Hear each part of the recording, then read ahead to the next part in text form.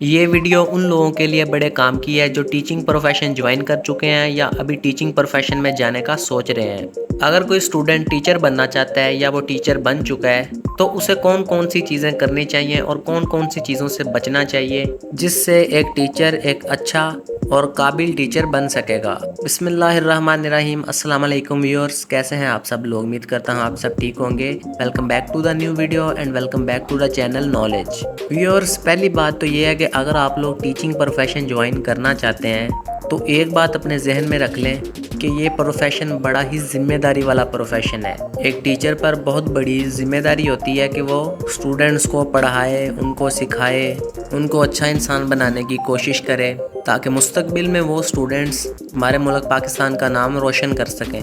और अगर किसी स्टूडेंट को या किसी शख्स को लगता है कि वो इतनी भारी जिम्मेदारी अपने कंधों पे नहीं उठा सकता तो वो स्टूडेंट टीचिंग प्रोफेशन ना ज्वाइन करे।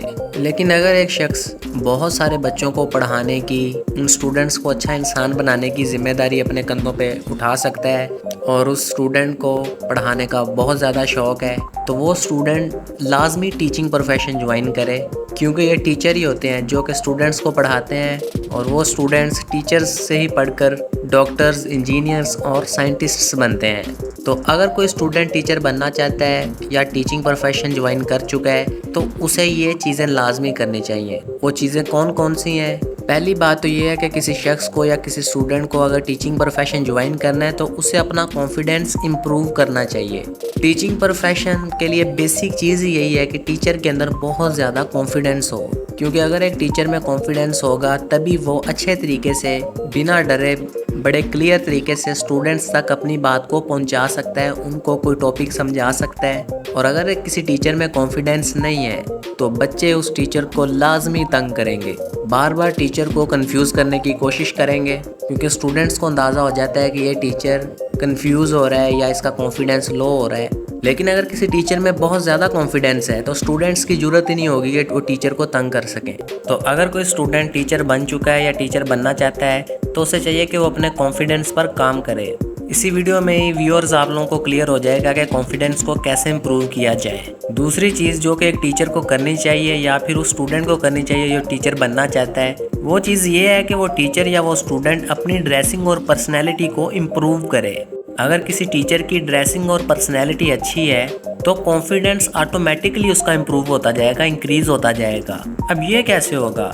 मैं स्टूडेंट्स आप लोगों को एक मशवरा देता हूँ। आप लोग एक काम करना, आप लोग एक दिन पुराने कपड़े पहनकर, बालों को बिखेर कर, बिना मुंह धोए घर से बाहर निकलना, दोस्तों से मिलना, और स्टूडेंट्स अगले दिन बालों को कटवा कर, नहाकर, अच्छे कपड़े पहनकर आप बाहर निकलना और दोस्तों से मिलना और अपना कॉन्फिडेंस लेवल नोट करना कि जब आप पुराने कपड़े पहनकर अपने दोस्तों से मिले थे तब आपका कॉन्फिडेंस कितना था और जब आप नए कपड़े पहनकर अपने दोस्तों से मिले थे तब आपका कॉन्फिडेंस कैसा था। बिना मुंह धोए बालों को सेट करवाए आपकी पर्सनैलिटी कैसी थी और बालों को कटवाकर, मुंह धोकर या नहाकर आपकी पर्सनैलिटी कैसी थी।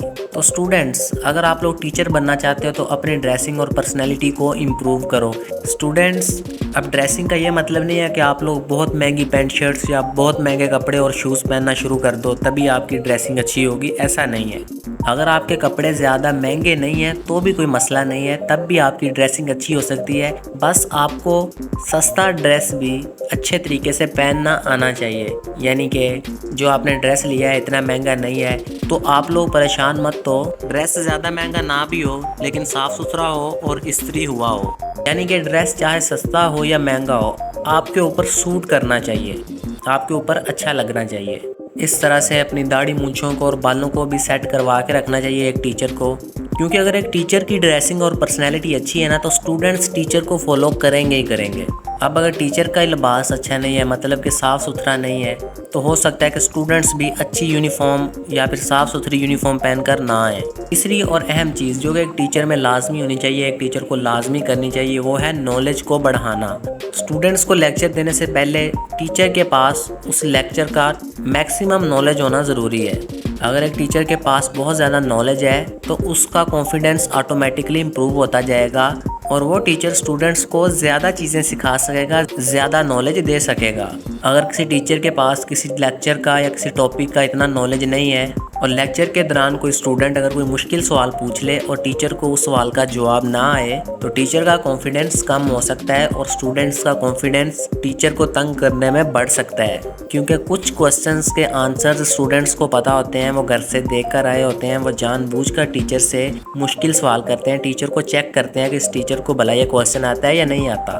तो अगर एक टीचर के पास नॉलेज है अपने सब्जेक्ट का या जो टॉपिक वो पढ़ा रहा है उसका, तो वो स्टूडेंट के मुश्किल क्वेश्चंस का भी आंसर दे देगा और स्टूडेंट्स का मुंह बंद कर देगा और स्टूडेंट्स ये समझ जाएंगे कि इस टीचर के पास बहुत ज़्यादा नॉलेज है अपने सब्जेक्ट के मतलब मुख्तलिफ टॉपिक्स के मतलब, और इस तरह से फिर स्टूडेंट्स उस टीचर को तंग नहीं कर पाएंगे जिसके पास ज़्यादा नॉलेज है। चौथी चीज़ जो एक टीचर को लाजमी करनी चाहिए वो है टाइम मैनेजमेंट। अब एक टीचर को लाजमी कोशिश करनी चाहिए कि वो क्लास में देर से ना पहुँचे। जैसे ही लेक्चर की बेल हो टीचर को चाहिए कि वो अपनी क्लास में चला जाए और जैसे ही लेक्चर ख़त्म होने की बेल हो वो टीचर क्लास से बाहर चला जाए। और अगर 45 मिनट का लेक्चर है या 30 मिनट का लेक्चर है या जितने भी मिनट्स का लेक्चर है, टीचर को टाइम मैनेज करना आना चाहिए। यानी कि अगर टीचर ने सोचा हुआ है कि आज वो 40 मिनट में किसी बुक के 2 सफ़े स्टूडेंट्स को पढ़ाएगा, उनको सिखाएगा, तो उस टीचर को चाहिए कि वो उस लेक्चर में उन 40 मिनट्स में स्टूडेंट्स को अपने सब्जेक्ट के वो 2 सफ़े पढ़ाकर ही क्लास से बाहर निकले। इसके अलावा एक टीचर को चाहिए कि वो स्टूडेंट्स का जो सिलेबस है वो टाइम पर ख़त्म करवाए, अपने सब्जेक्ट का जो सिलेबस है उसे वक्त पर ख़त्म करे, ताकि ना स्टूडेंट्स का नुकसान हो और ना टीचर को किसी स्कूल, कॉलेज या फिर किसी यूनिवर्सिटी के प्रिंसिपल से कोई बातें सुननी पड़े। पांचवी और अहम चीज़ जो कि एक टीचर को लाजमी करनी चाहिए वो है डिसिप्लिन का ख्याल रखना। अगर एक टीचर को टाइम मैनेज करना आ गया है तो वो टीचर अपने टीचिंग प्रोफेशन में और अपनी क्लास में स्टूडेंट्स में डिसिप्लिन को भी इम्प्रूव कर लेगा। डिसिप्लिन में टाइम मैनेजमेंट का भी फैक्टर आ जाता है। इसके अलावा स्टूडेंट्स क्लास में किस तरह से बैठे हैं, क्या स्टूडेंट्स किसी तरतीब से बैठे हैं या फिर बिखर कर बैठे हैं, या छुट्टी के वक्त या लेक्चर ख़त्म होने के बाद स्टूडेंट्स एक लाइन में क्लास से बाहर जा रहे हैं या फिर लाइन को तोड़कर बिखर कर क्लास से बाहर जा रहे हैं। तो अगर तो टीचर के अंदर डिसिप्लिन है और वो स्टूडेंट्स को भी डिसिप्लिन सिखाए तो वो स्टूडेंट्स क्लास में भी सीधे होकर बैठेंगे, टीचर की बात मानेंगे और छुट्टी के वक्त एक लाइन में स्कूल से या क्लास से बाहर निकलेंगे। अब कौन सी ऐसी चीज़ें हैं जो कि एक टीचर को नहीं करनी चाहिए? पहली चीज़ तो ये है कि टीचर को स्टूडेंट्स के सामने लेज़ी नहीं होना चाहिए, सुस्त नहीं होना चाहिए। अगर कोई टीचर फॉर एग्जांपल लेज़ी है भी तो उसे चाहिए कि वो खुद को स्टूडेंट्स के सामने लेज़ी ना दिखाए, क्योंकि अगर टीचर लेज़ी हो गया तो उसकी क्लास में बैठे हुए 20, 30 या 40 स्टूडेंट्स भी लेज़ी हो जाएंगे, तो टीचर का वो लेक्चर ज़ाया हो जाएगा और स्टूडेंट्स टीचर को लेज़ी समझेंगे कि ये टीचर लेज़ी है, ये पढ़ाता नहीं है, क्लास में आकर चेयर पर बैठा रहता है। तो एक टीचर को स्टूडेंट्स के सामने कभी भी लेज़ी नहीं होना चाहिए, टीचर को एक्टिव ही रहना चाहिए। टीचर एक्टिव होगा तो वो स्टूडेंट्स को भी एक्टिव रखेगा और टीचर के पढ़ाने पर फिर स्टूडेंट्स पढ़ेंगे भी। दूसरी चीज़ जो है कि एक टीचर को नहीं करनी चाहिए वो ये है कि वो स्टूडेंट्स के साथ फ्री ना हो।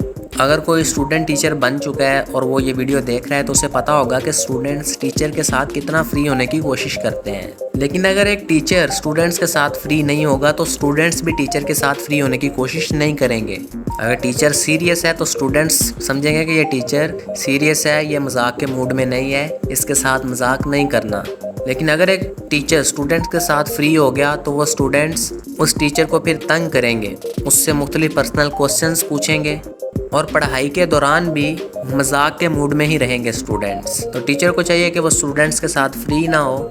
हाँ, कभी अगर किसी टीचर को लगता है कि स्टूडेंट्स बोर हो रहे हैं, कोई फ़नी जोक सुना देना चाहिए स्टूडेंट्स को एक्टिव करने के लिए, तो कभी कभार एक टीचर को थोड़ा बहुत जोक या कोई मज़ाहिया बात स्टूडेंट्स को सुना देनी चाहिए, या फिर कोई टॉपिक समझाने के लिए कोई मज़ाहिया मिसाल भी स्टूडेंट्स को दी जा सकती है ताकि स्टूडेंट्स को टीचर का लेक्चर समझ आ सके। तीसरी चीज़ जो कि एक टीचर को नहीं करनी चाहिए वो ये है कि वो स्टूडेंट्स को बहुत ज़्यादा पनिश ना करे।